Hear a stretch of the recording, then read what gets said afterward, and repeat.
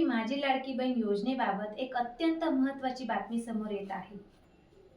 या योजनेतून आणखी 30 ते 40 लाख महिलांना अपात्र ठरण्याची शक्यता व्यक्त केली जात आहे। मात्र नेमकं कारण काय? पाहूया A to Z सविस्तर माहिती। नमस्कार, मी वैशाली नागरे तुमचं स्वागत करते न्यूज 24 महाराष्ट्र लाईव्ह मध्ये।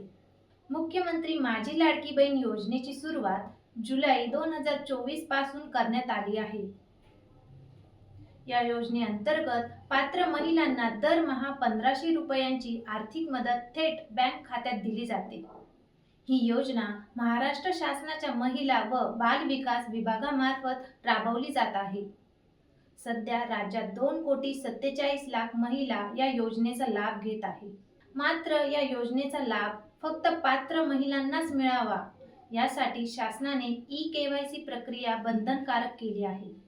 लाडक्या बहिणींसाठी ई-केवायसी करण्याची अंतिम मुदत ही 31 डिसेंबर 2025 पर्यंत वाढवण्यात आली आहे।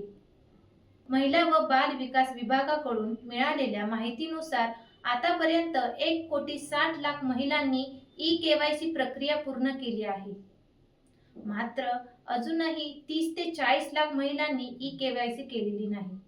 महत्त्वाचं म्हणजे जर 31 डिसेंबर 2025 पर्यंत ई-केवायसी प्रक्रिया पूर्ण केली नाही तर संबंधित महिलांना मुख्यमंत्री माझी लाडकी बहीण योजनेतून अपात्र ठरवतील, अशी स्पष्ट माहिती विभागातील वरिष्ठ अधिकाऱ्यांनी दिली आहे। अपात्र लाभार्थींची छाननी करण्यासाठी ही ई-केवायसी प्रक्रिया कठोरपणे बंधनकारक करण्यात आली आहे।